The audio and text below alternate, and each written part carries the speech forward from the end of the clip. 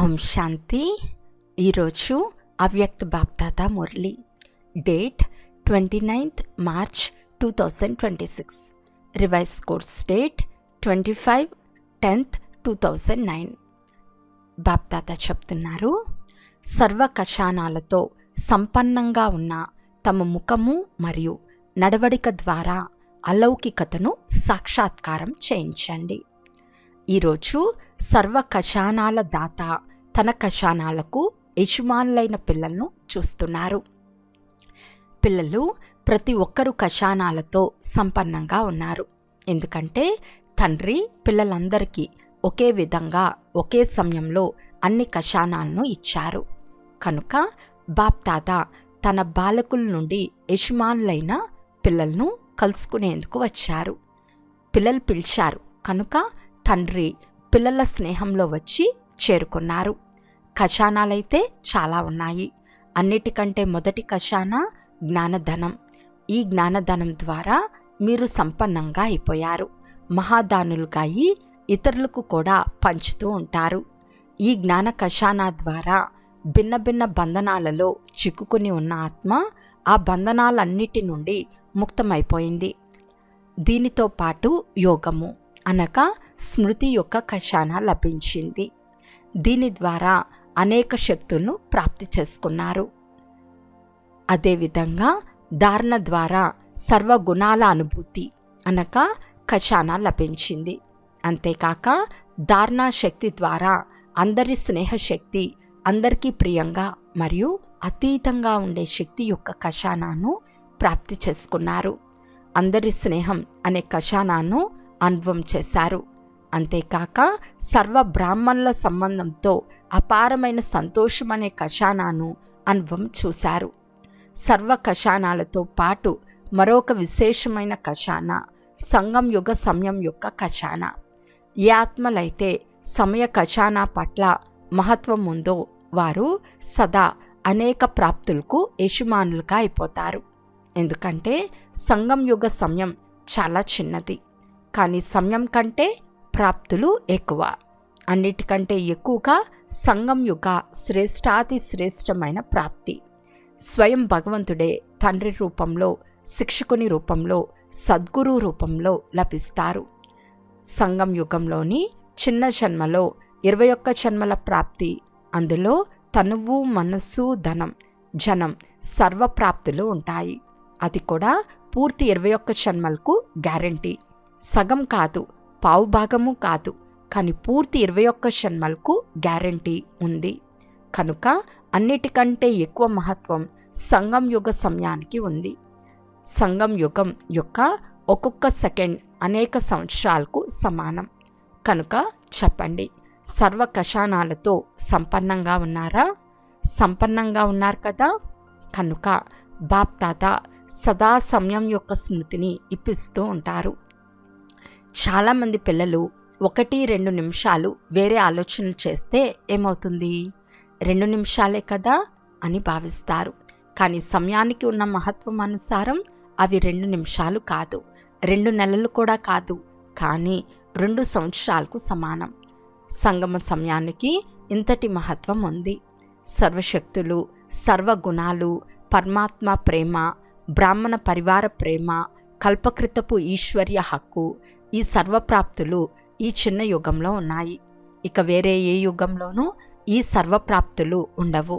రాజ్యభాగ్యం ఉంటుంది, మీ అందరి రాజ్యం ఉంటుంది, సుఖము, శాంతి అన్నీ ఉంటాయి. కానీ పరమాత్మ మిలనము, అతీంద్రియ సుఖము, సర్వ బ్రాహ్మణ పరివారపు ప్రేమ, ఆది మధ్యాంతాల జ్ఞానం యొక్క భాగ్యము ఇప్పుడు సంగం యుగంలోనే లభించాయి. ప్రతి కల్పము లభిస్తూ ఉంటాయి. బాప్దాదా పిల్లలు ప్రతి ఒక్కరి ముఖాన్ని చూస్తూ ఖజానాలు ఎన్ని జమాయి ఉన్నాయి అని గమనిస్తున్నారు. ఖజానాలైతే లభించాయి, కానీ ప్రతి ఒక్కరూ తమ జమా ఖాతాను ఎంత పెంచుకున్నారు అనేది ప్రతి ఒక్కరి ముఖం ద్వారా, నడవడిక ద్వారా కనిపిస్తుంది. మీ అందరికీ కూడా మీరు మీ స్వయానికి ఎంత జమ చేసుకున్నారో తెలుసు కదా. ఇప్పుడు బాప్దాదా మనసులోని ఆశ ఏమిటి అంటే, ఖజానాలైతే లభించాయి, కానీ ఇప్పుడు ఇది కేవలం వర్ణించే సమయం కాదు.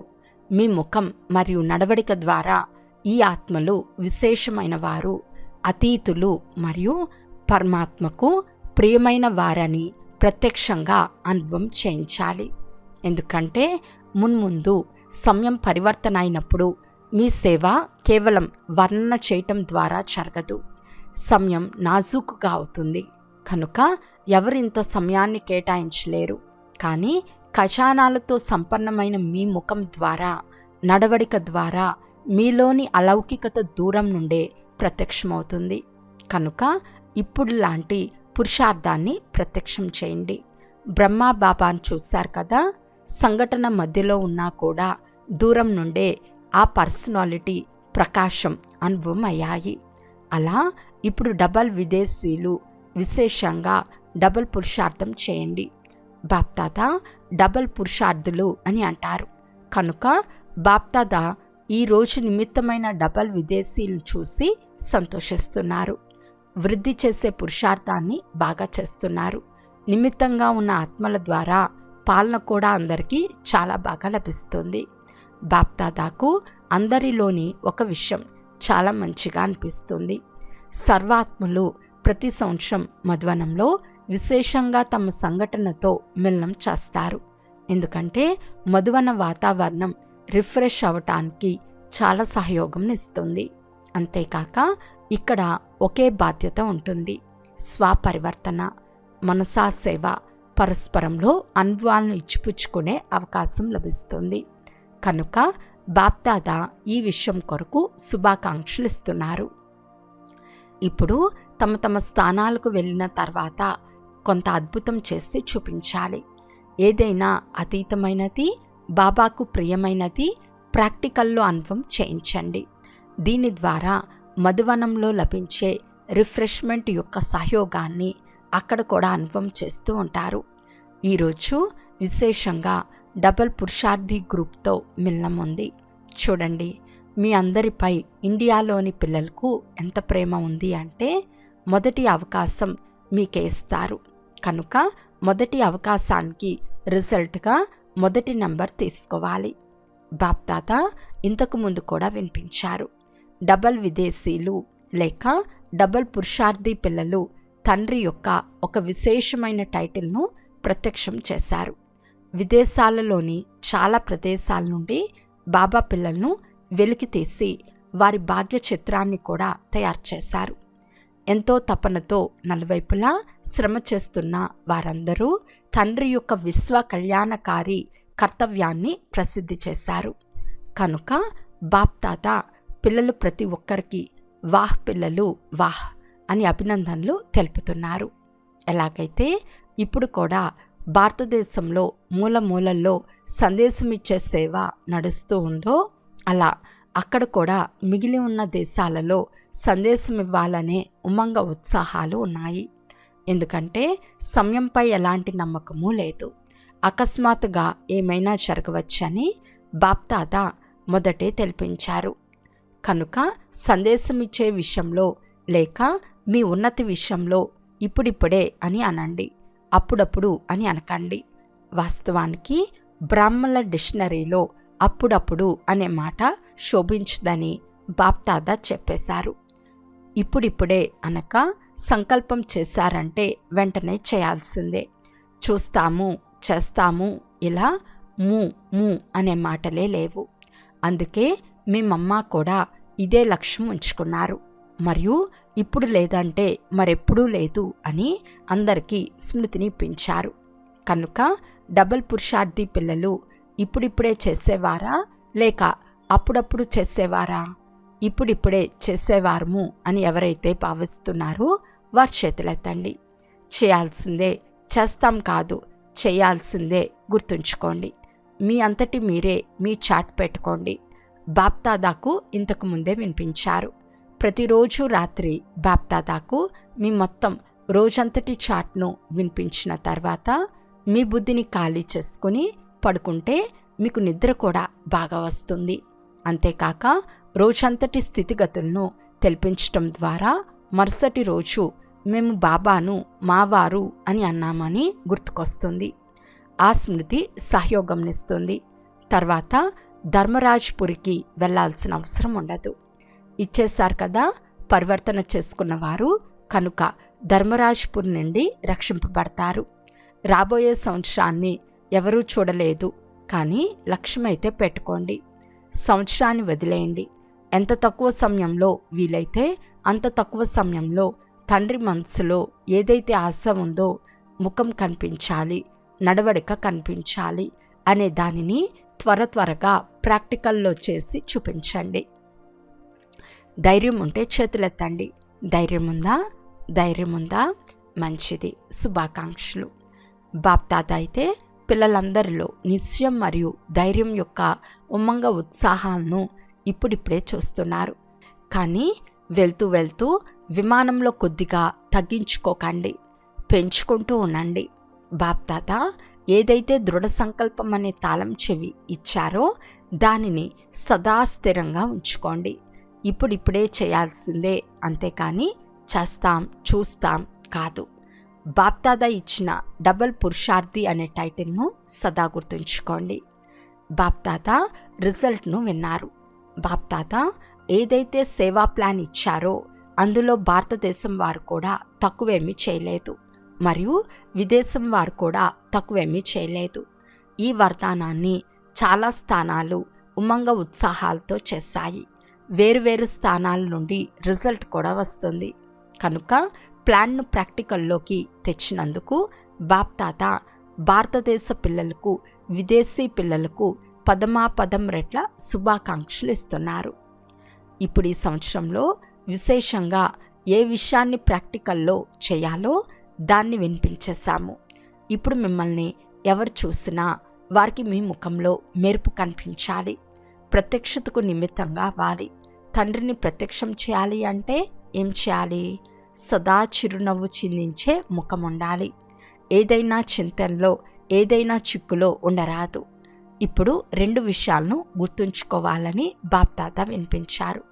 1, మాయకు గెట్ అవుట్ చెప్పండి. 2, నేను గెస్ట్ హౌస్లో ఉన్నానని అనుభవం చేయండి. ఈ ప్రపంచం మీది కాదు, ఇది గెస్ట్ హౌస్.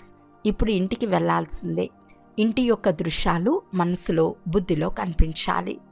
అప్పుడు ఆటోమేటిక్గా ఇల్లు రాని వచ్చేస్తుంది. ఇప్పుడు ఇంటికి వెళ్ళాలి అని మీ పాట ఉంది కదా. ఇప్పుడు అలా ప్రతి స్థానంలో రావాలి. భారతదేశం కానీ విదేశం కానీ ఇప్పుడు ఈ అనుభవాన్ని ప్రత్యక్షం చేసి చూపించండి. బేహద్ వైరాగ్యం ఉండాలి. గెస్ట్ హౌస్పై మనసు లగ్నం అవ్వదు. వెళ్ళాలి అని గుర్తుంటుంది. కనుక ఈ బేహద్ వైరాగ్యం మనస్సులోని ఎటువంటి సంకల్పాలనైనా, పరస్పర సంఘటనలో వచ్చే మాయా విఘ్నాలనైనా పూర్తిగా సమాప్తం చేసేస్తుంది. ఈ మాయా తుఫాన్లు మీకు బహుమతిగా అయిపోతాయి. ఏవైతే చిన్న పెద్ద పరీక్షలు వస్తాయో అవి పరీక్షలుగా అనిపించవు. అనుభవాన్ని పెంచే లిఫ్ట్ వలె అనిపిస్తాయి. గిఫ్ట్ మరియు లిఫ్ట్ అర్థమైందా? ఇప్పుడు లక్ష్యం ఉంచుకోండి. బేహద్ వైరాగ్యం మరియు ధైర్యం, ఉమ్మంగ ఉత్సాహాలనే రెక్కలతో ఎగిరిస్తూ ఉండండి. ఇప్పుడు ఇది ఎగిరే సమయం. రెక్కలు బలహీనం కావటం లేదు కదా అని మీ రెక్కలను సదా చెక్ చేసుకోండి.